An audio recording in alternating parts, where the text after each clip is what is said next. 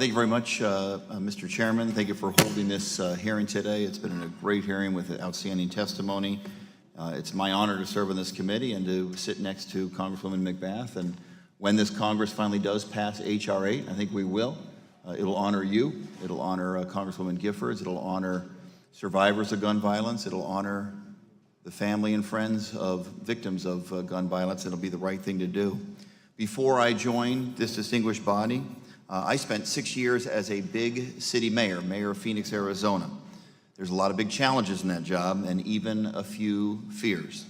But there is nothing that I feared more than when I get a call of a mass shooting in my city. We were lucky in Phoenix. Many other communities were not. Aurora, Newtown, Charleston, San Bernardino, Orlando, Las Vegas, Sutherland Springs, Parkland, Pittsburgh, Thousand Oaks, the list goes on and on.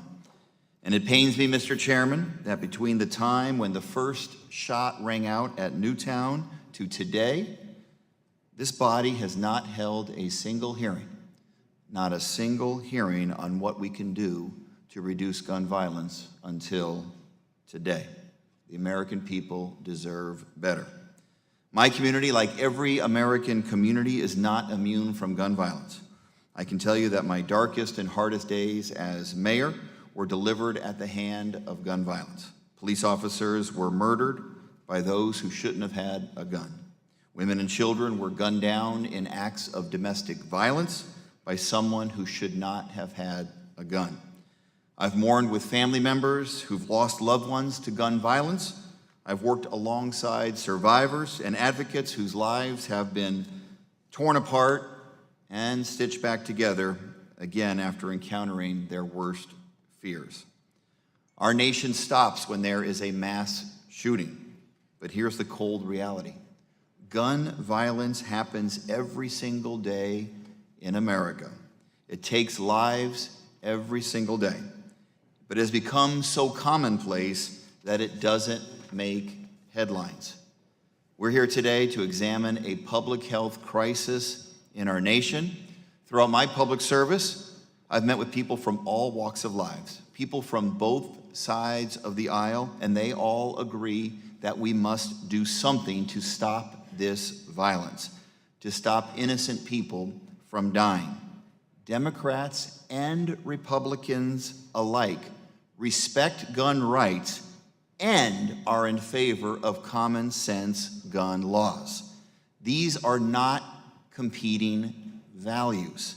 97% of Americans support background checks for every gun sale. 97%. That means gun owners, Republicans, they all support background checks, and that support is overwhelming. Background checks on all gun sales are the backbone of any comprehensive gun violence prevention plan. And for me, this is where we come together to make a difference. As difficult as it has been to hear the powerful testimony from our witnesses here today, we have a responsibility to listen and to not look away. There is a thread that weaves these experiences together. Too many guns are being used against innocent people, and too many ill-gotten guns are being used against innocent people, and we must put an end to it. And that's why this hearing is important, and the action that this committee is going to take in the next few days and weeks is very important. I do have time for maybe one or two questions. Ms. Thomas, I want to ask you about the NICS Act and the attempt to sort of fix the NICS Act. There are some loopholes remaining in that H.R. 8 would fill in. I wanted to inform this committee and maybe the public as to how H.R. 8 will help fix some of those loopholes.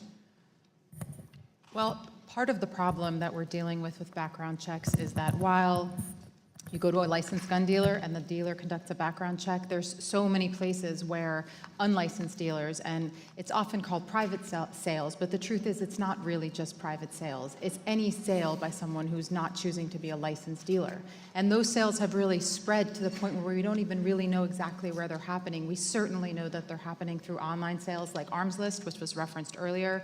We certainly know they're happening happening at gun shows. Anyone who's been to a gun show knows that there are tables that say no background check required, where unlicensed dealers sell their guns and you don't need to take a background check. And they can be sold legally out of the trunk of a car on a corner without background checks in most states. So what this law does is it requires that whether you are a private seller, whether you're selling online, whether you're at a gun show, whether you're a licensed dealer, all of those transfers happen through a licensed dealer and include a background check. They will help us keep guns out of the hands of dangerous people and then enable us to look at next steps.